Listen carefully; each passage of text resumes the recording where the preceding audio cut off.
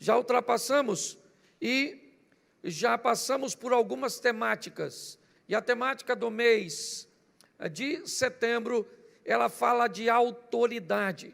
O próximo mês nós vamos estar falando de mudanças, mas eu abri na quarta-feira falando de autoridade e mostrando que a autoridade tem a ver com aquele que decide, com aquele que age, com aquele que pode fazer.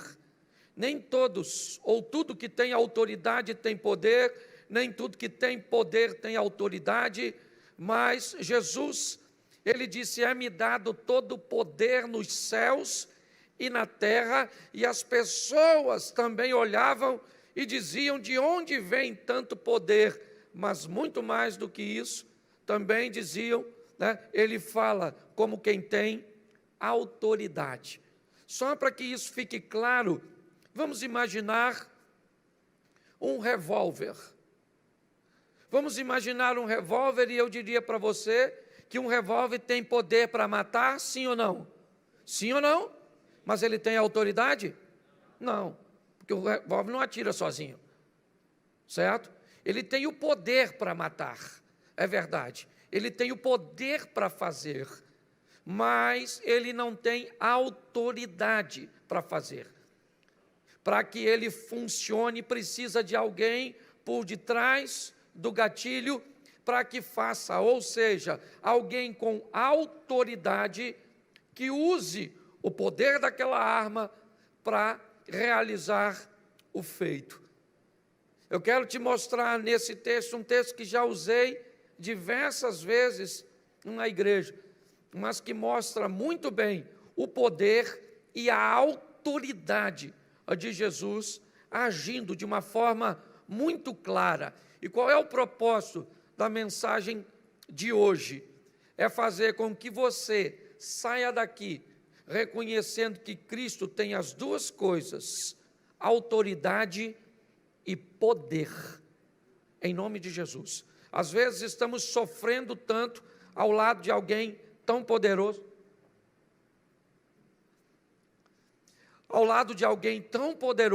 e eu vejo pessoas reclamando e se queixando de coisas que não necessitariam se tivesse apenas uma mudança de posicionamento. Então abra a sua Bíblia, que esse texto é legal, você ir para casa com ele, ainda que vai ser colocado aqui, Marcos, capítulo de número 4, verso de número 35, é o texto narrado em Mateus, Marcos e Lucas, só João não narra esse texto, e ele fala do momento em que Jesus vai acalmar uma tempestade.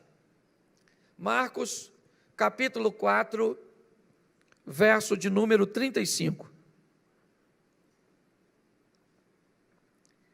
E naquele dia, sendo já tarde, disse-lhes: passemos para a outra margem, ou para a outra banda.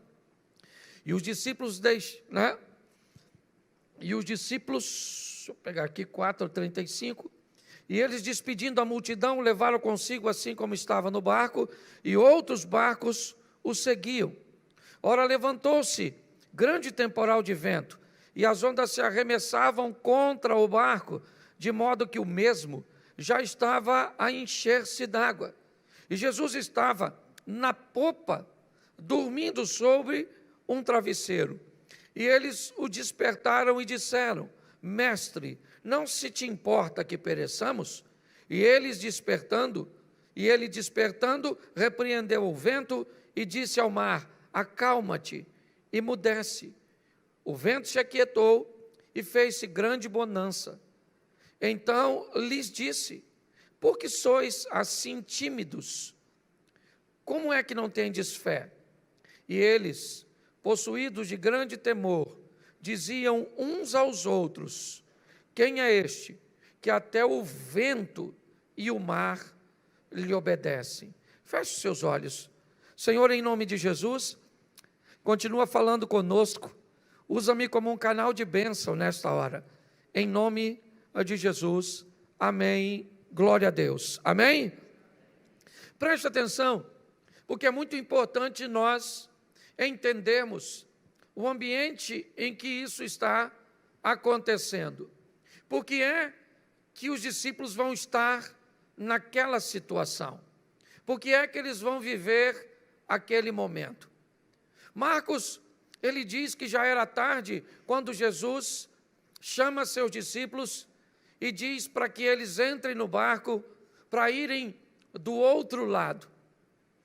Na expressão que Marcos usa, um advérbio de tempo, dizendo que já era tarde, e eu entendo que na ótica, talvez, dos discípulos que narraram provavelmente essa história para Marcos, pois ele não fazia parte, né, do grupo de discípulos, eu não sei como essa história chegou até ele, mas é importante entendermos que esse grupo tem um líder. Quem lidera esse grupo é Jesus. É importante entender que é a vontade dele que vai prevalecer nessa liderança. Se os seus liderados acham que está tarde, acham que não tem jeito, acham que é melhor mandar as pessoas embora, porque já está ficando tarde, a multidão está ali, não tem comida, é melhor mudar a tônica do discurso, porque o povo está indo embora. Os discípulos de Jesus nem sempre concordaram com aquilo que ele estava fazendo. Em inúmeras situações, nós vamos ver que os discípulos discordam do discurso de Jesus. Pedro, por exemplo, discordou ao ouvir Jesus dizer que iria morrer daquele jeito. Nós olhamos, muitas situações onde os discípulos achavam que Jesus não estava certo, mas eles entendiam e obedeciam, mesmo confusos, porque eles respeitavam a autoridade de Jesus. Então é importante nós entendermos que na ótica, provavelmente, dos discípulos, o momento não era adequado para atravessar o mar.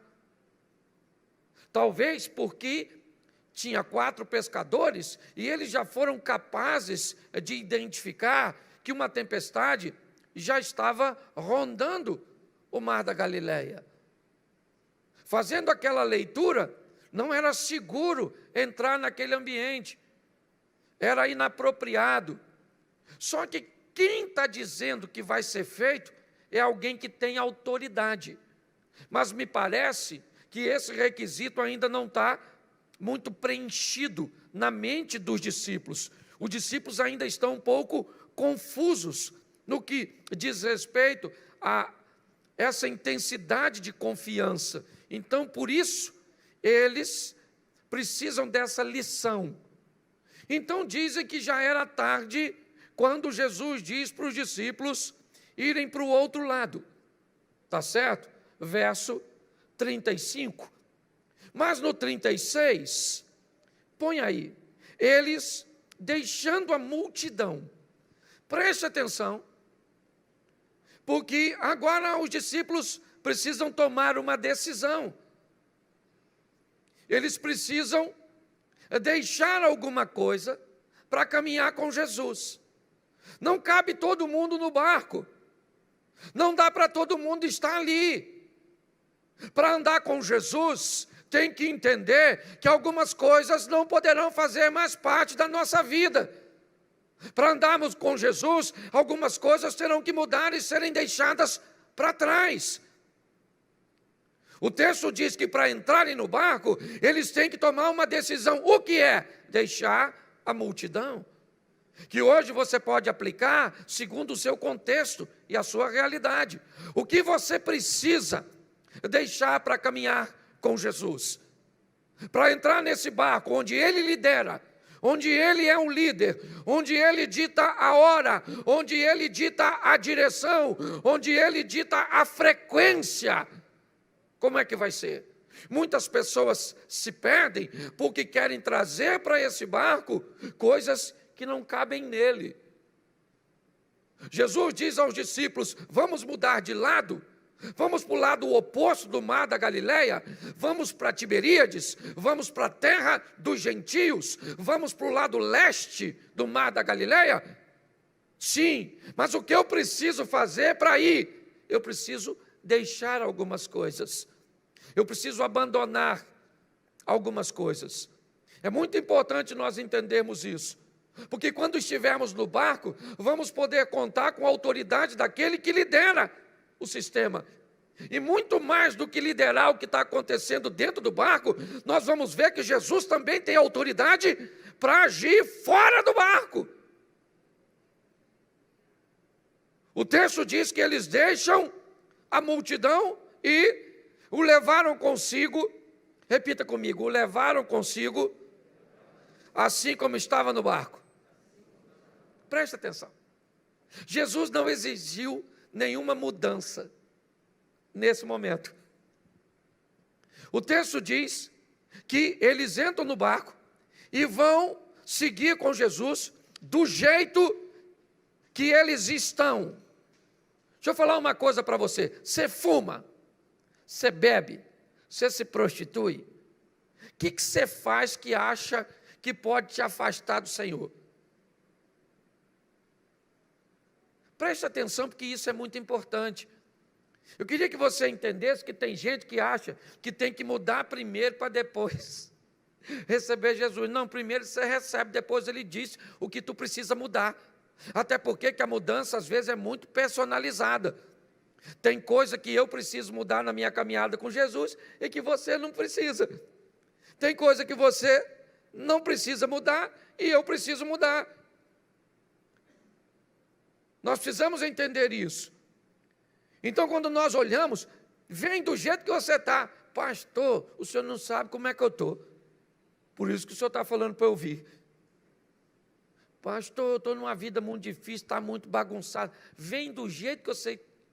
Vem, entra no barco, mas deixa ele liderar. E se submeta à autoridade dele. E já nem você se conhece mais. Porque você vai passar a fazer o que nunca fez e vai deixar de fazer o que fazia sempre. Porque ele vai passar a liderar a sua vida. Posso ouvir um amém? Então, os discípulos estão no barco do jeito deles, com os valores deles. E nós vamos ver isso.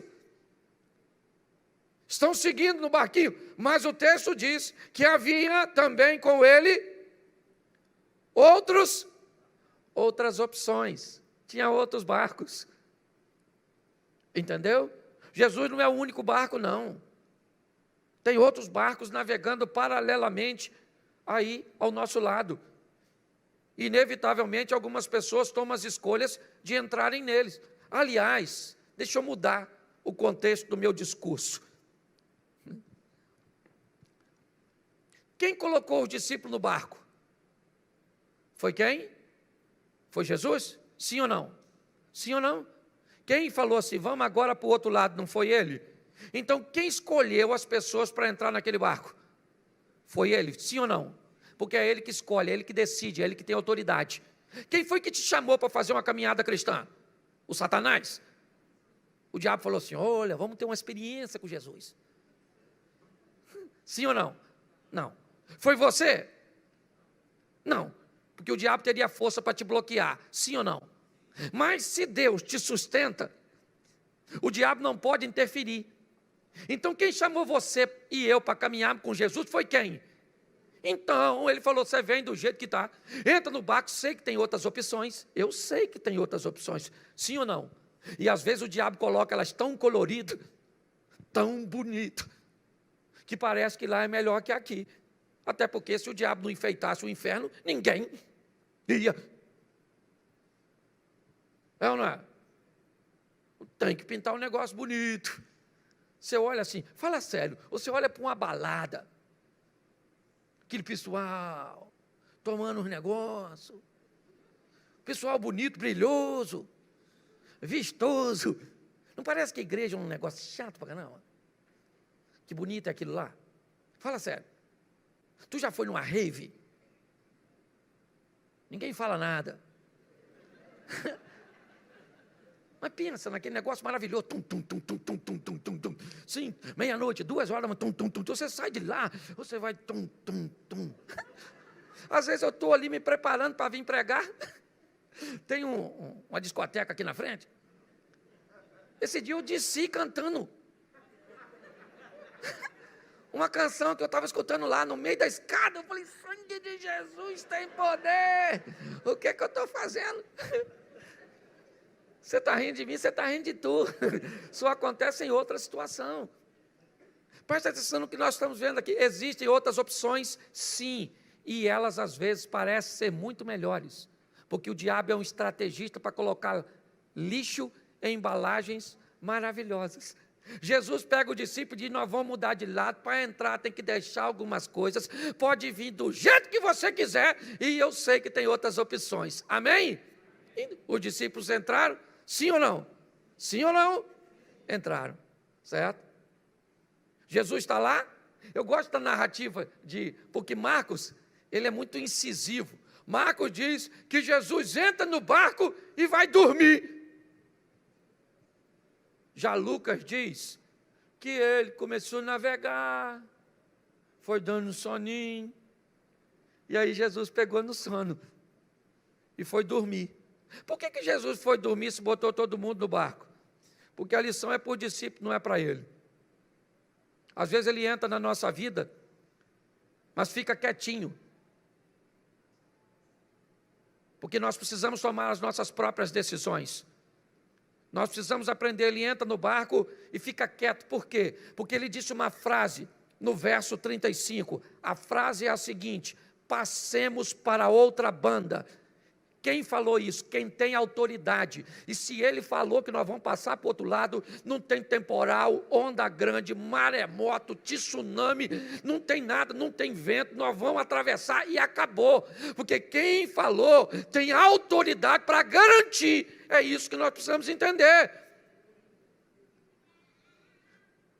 Os discípulos, eles estão vivendo num ambiente muito novo para eles. É muita coisa para aprender em pouco tempo.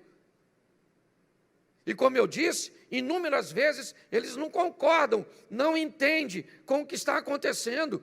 Não é diferente da nossa caminhada. Em muitas situações, nós não entendemos o modelo, não entendemos o que Deus está fazendo. Será que Ele não poderia fazer diferente? Será que Ele não poderia mudar aí o tempo para realizar as coisas num processo mais fácil de entender? Não, Ele é o líder, faz do jeito que quer. O que eu preciso entender é que quem está no controle sabe de todas as coisas e é perfeito. É isso. Jesus vai dormir. E quando Jesus vai dormir, quem é que aparece? O vento, a tempestade. O vento começa a soprar o barco, para lá e para cá. E se tem uma coisa que para crente é com fartura, é tempestade. Pode notar, volta e meia, ela aparece lá, não precisa nem chamar, que ela vem sozinha. Jesus está dormindo, e se você já pescou, ou entende um pouco, o mar começa a virar, ficar grosso, como alguns utilizam, e o mar começa a engrossar, ele começa a bater. Nós não estamos falando de um transatlântico, nós estamos falando de um barco pequeno. O ambiente começa a ficar desconfortável ali dentro, a tempestade começa a chegar, as ondas batem de uma tal forma que começa a molhar o barco. Os pescadores profissionais, provavelmente Pedro, seu irmão André, Tiago e João, oferecem um pouco mais a proa, inclinando-a para que conseguisse atravessar e não enfrentar as ondas de frente, porque senão quebra o barco, se bater, não tem jeito. É a força da natureza, é o que está lá fora, a fúria do que está lá fora, batendo, buscando interromper a trajetória daquele barco, fazendo com que aquele barco não chegue do outro lado. Por quê? Porque o desejo de chegar do outro lado é de Jesus. Olhe bem. E para o outro lado é a intenção de Jesus. E eu aqui de forma alguma quero dizer que essa tempestade foi enviada por Satanás, porque para mim ele não tem autoridade para isso. Ele não tem poder para isso, para governar a natureza. Para mim, tem apenas a ver com lição para os discípulos, fazerem uma adaptação, mas o que eu posso entender é que uma força de oposição está sendo empregada para impedir que o barco chegue do outro lado. Por quê? Porque você sabe que ele vai chegar. E você sabe o que vai acontecer quando ele chegar. E por causa da chegada daquele barco do outro lado, um endemoniado é liberto e praticamente uma nação é salva por causa de um indivíduo que era aprisionado por Satanás e agora é liderado por Jesus. É importante nós entendermos isso. Mas os discípulos, eles não entendem, o que eles estão vendo é a força do vento, a força do mar, a oposição. O que eles pensam? Falei que não ia dar certo, provavelmente, né? Nós já tinha visto, essa tempestade estava chegando, não ia dar para chegar. É a força da oposição, empurrando você e eu, sua família, seus negócios, para o contrário. Jesus está fazendo o quê? Dormindo. Por que Jesus está dormindo? Porque no 35 ele disse, passemos. E se ele disse, passemos, ele já fez a parte dele. O que a Bíblia nos diz? Em Cristo somos mais do que vencer. Isso por aquele que nos amou.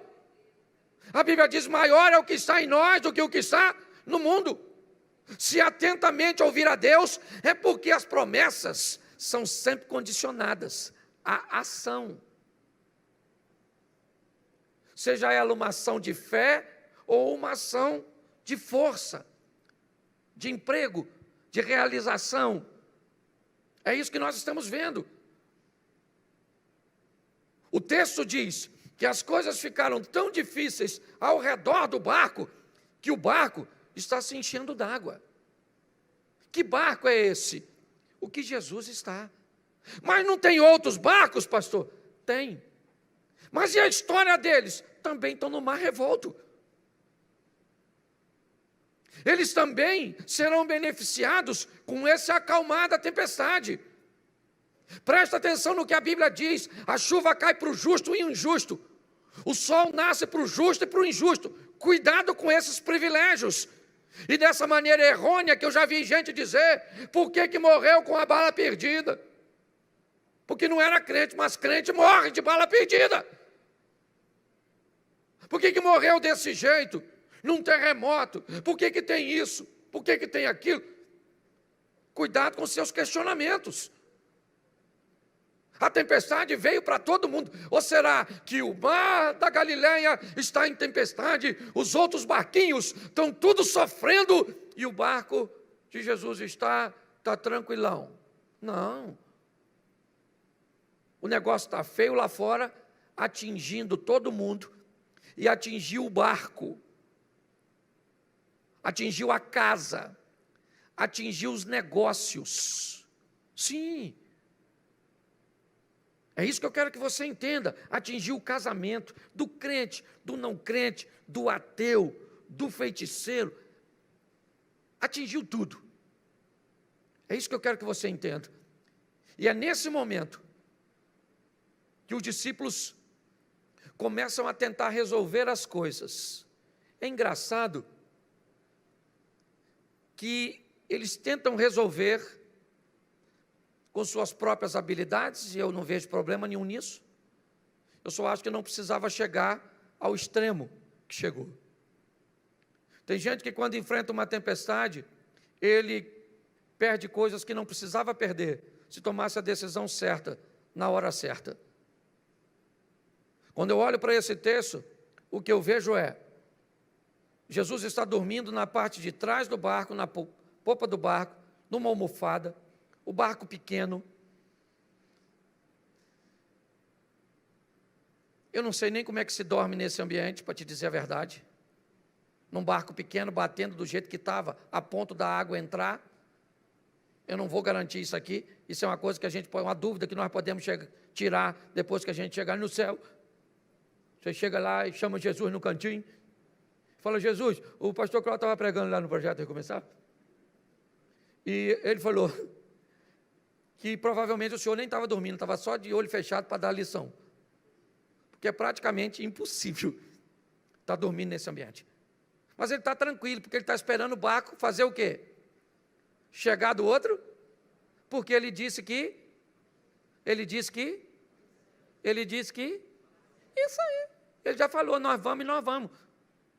É isso, a autoridade do Todo-Poderoso, aquele que pode fazer. E agora quando nós olhamos aqui, o que vemos? Os discípulos vão lá até Jesus, chamar Jesus, porque tem alguma coisa de errada, eles vão morrer, nós estamos perecendo, Senhor, esse barco vai afundar, já está cheio d'água, o negócio está ficando difícil. Vão lá e diz: Jesus, não se te dá, o Senhor não está vendo, como é que o Senhor pode dormir num ambiente tão hostil como esse, se nós estamos afundando? Jesus acordou e descobriu que tinha um problema muito pior dentro do barco do que fora do barco. Olha, o vento e o mar, Jesus resolve com uma palavra só. O alinhamento dos discípulos, Jesus caminha com eles, mas quase 1 ano e pouco, e ainda tem gente bagunçada. Se você acha que tem um perigo fora do barco, você está muito equivocado. O perigo maior está na mente da turma que está dentro do barco.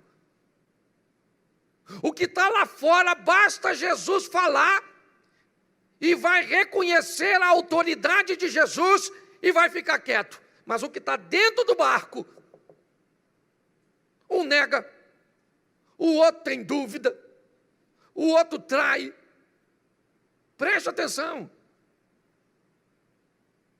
Jesus olha para dentro do barco, tanto é que ele olha para a turma que está lá dentro. Olha bem, verso de número 39, bota aqui. E ele, despertando, repreendeu o vento e disse ao mar: cala-te, aquieta-te. O vento se aquietou e houve grande bonança. Preste atenção. Ele vai lá para fora, as forças da natureza, fogo, água e ar. Preste atenção. A gente poderia incluir os terremotos, os abalos sísmicos, mas preste atenção. Jesus olha para fora do barco, e diz: acalma-te, aquieta-te. Ele fala para o vento, ele fala para o mar, e o mar e o vento reconhecem a autoridade dele. O vento cessa, o mar se reorganiza, e aí ele vai agora ter uma conversa com a turma que está dentro do barco. Porque o problema de autoridade não está fora, está dentro. As pessoas que estão dentro não estão entendendo muito bem como é que essa situação funciona, sabe? As pessoas que estão dentro estão achando que o pecado é mais forte do que elas. As pessoas que estão dentro estão olhando para a crise e estão achando que os céus estão em crise, que os problemas chegaram até a... Tem algum problema dentro do barco. Jesus resolve aquilo que está ao redor, imediatamente. E para quem o mar se acalmou? Para todo mundo. O mar se reorganizou para o barco que Jesus está, para o barco que Jesus não está, para o barquinho pequeno, para o barco grandão, para o outro barco do lado de lá. Quando o mar se organizou, sabe, o bem-estar foi para todos. É verdade. Mas deixa eu falar uma coisa para você, que segundo a Bíblia, Jesus não está em nenhum daqueles outros barcos, senão esse. E nesse barco, Jesus vai ter uma conversa com seus discípulos. Por que vocês são tão tímidos? Por que vocês não têm fé? Olha bem. Olha o que Jesus está conversando com seus discípulos. Qual foi o problema? Onde é que eu errei com vocês? Quando nós partimos, eu não disse para vocês, passemos para o outro lado? Eu não estou caminhando com vocês e disse para vocês que o Satanás, o vosso adversário, Eu não estou caminhando com vocês e disse para vocês que todo dia traz consigo seu mal. Eu não caminhei com vocês e disse a vocês para terem cuidado, porque provavelmente seus maiores inimigos seriam a sua própria casa.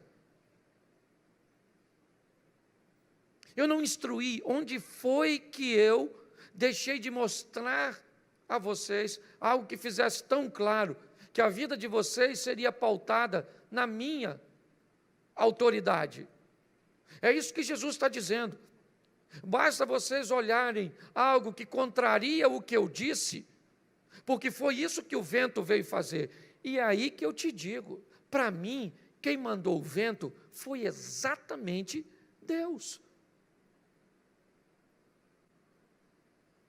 O vento aqui, esse aqui é o problema.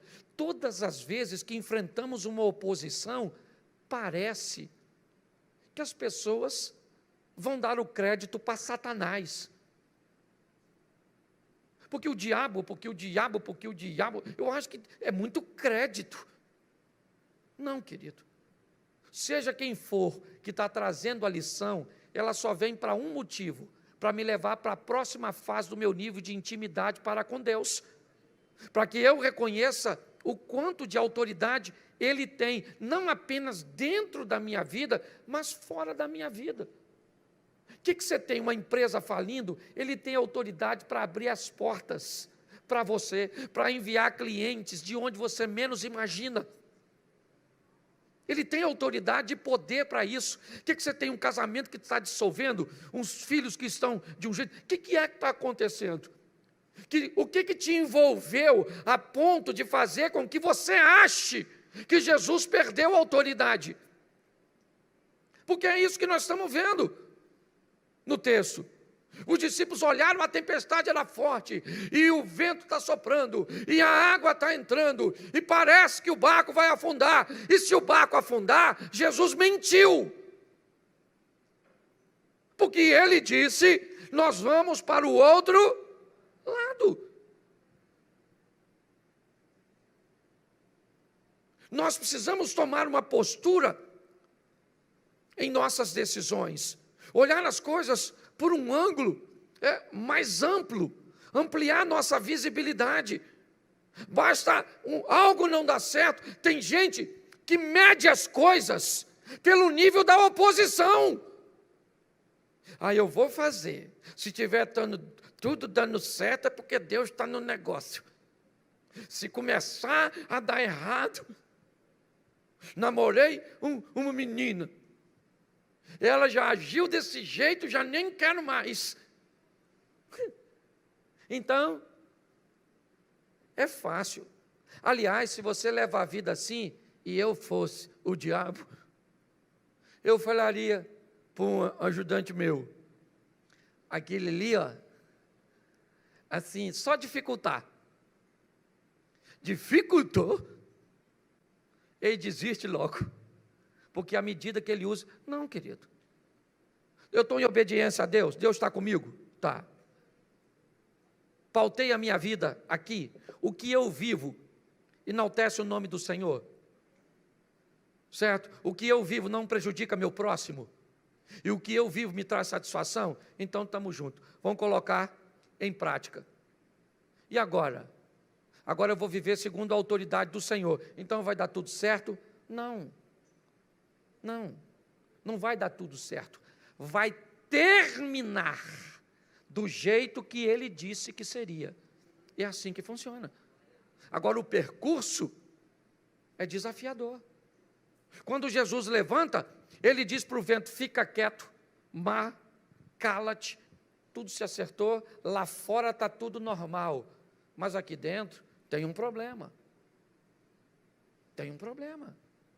E se você acha que ele terminou nessa situação, não.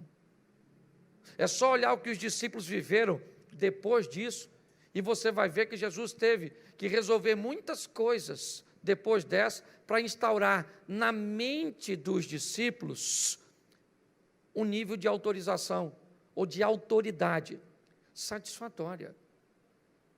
Foi isso que ele tentou fazer a grande parte de seu ministério. Vamos lá, cheguei na casa de Jairo, vamos lá, o que tem aqui, Jairo? Olha, a menina está morta lá dentro. Jairo, enquanto você foi procurar Jesus, a sua filha morreu, já era, não adianta mais, a menina está morta,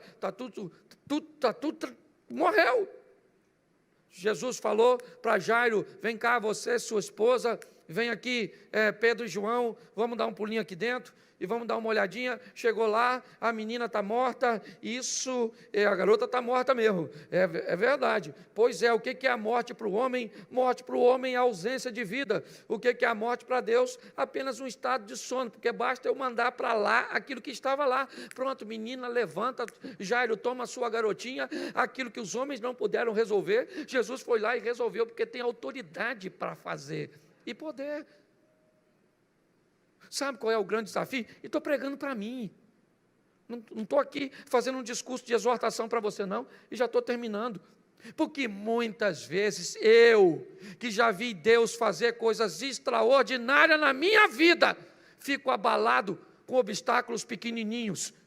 Me entristeço com coisa pequena. Muitas vezes na minha mente eu digo que eu vou parar, que não vale a pena. Você pensa que é só você que vive isso? Não é não. Muitas vezes, sabe, esses pensamentos percorrem a maioria de nós, mesmo com todo o conhecimento que temos. O que nós precisamos é entender, Ele está no controle de tudo. E no final desse negócio, meu irmão, vai dar bom, como diz o carioca. Certo? No final diz, mas o Satanás, dane-se o Satanás. Mas o governo, o Bolsonaro, a esquerda, a direita. Meu filho, quem governa a sua vida, quem é? Quem é que governa a sua vida? Então, no final, esse negócio vai ter que dar certo. Agora, no caminho, meu filho, segura. Segura, como diz o hino, na mão de Deus. E vai. Porque tem dia, tem mês, tem época que nós estamos aí, num processo de seleção. A igreja, numa renovação danada. Os antigos crentes, grande parte deles, sumiu. Medo do vírus. O vírus. Engraçado que o vírus... As pessoas que não vêm para a igreja, elas vão para o supermercado. O vírus não está lá, não. O shopping, elas viajam. Por quê? Porque o vírus se converteu. O vírus está na igreja, o vírus. Você está rindo? Nós estamos vivendo tempo difícil, desafiador, difícil para ficar casado, difícil para criar filho, difícil para administrar dinheiro, difícil. Mas se você falar que é difícil, vai melhorar? Não. Então eu sei que é difícil, mas eu sei que nessa história eu não vou ganhar, eu já ganhei. Porque se eu não tivesse certeza, eu estava aqui não, irmão, vou falar para tu. Agora, se eu não tivesse certeza de que nós vamos ganhar essa batalha, feriadão, Johnny, estaria aí numa praia dessa, esperando tudo terminar ruim, mas pelo menos vivendo um momento bom. Senhor, vou me lascar mesmo, porque esse troço já perdemos essa batalha, então vamos aqui terminar tomando um copo de chopp. Meu irmão, nós vamos ganhar esse negócio, porque o nosso Deus é mais poderoso e tem autoridade. Então, não sei o que você está enfrentando hoje, mas sai daqui, não é falando para os outros. Está na hora de você evangelizar uma pessoa muito especial. Você. Olhar no espelho, quando você for escovar seu dente hoje. Falar assim, rapaz, acabei de vir da igreja. Até achei que você era crente por um tempo. Mas descobri que você está querendo desviar de vez em quando. Rapaz, se converte, infeliz. Senão você vai para o inferno e vai me levar junto com você, o que é pior de tudo. Tem uma conversa séria com você mesmo. Fala para você, meu amor, fica quieta dentro de mim, ó minha alma. O salmista conversando com ele mesmo. Você acha que o salmista vai fazendo o quê? Conversando com ele mesmo, você que fica prestando atenção no prosperar do ímpio. Sossega essa cabeça sua, maluco. Se Davi tivesse conversado com ele mesmo, não tinha pego a Batseba. Rapaz, Davi, é que talvez não tenha espelho, né? Então não dava para olhar. Deixa eu falar uma coisa para vocês. Ninguém está aqui à toa não, meu irmão. Nós estamos aqui porque Deus está no controle da nossa vida. Se depender do diabo, a gente estava aqui nesse culto hoje? Sim ou não? E por que nós estamos? Porque ele é mais fraco que o nosso Deus. Ele pode ser até mais forte do que nós, mas é mais fraco do que aquele que nos sustenta e que nos mantém de pé. E é isso, nós somos melhores do que ninguém não, nós só estamos mais perto.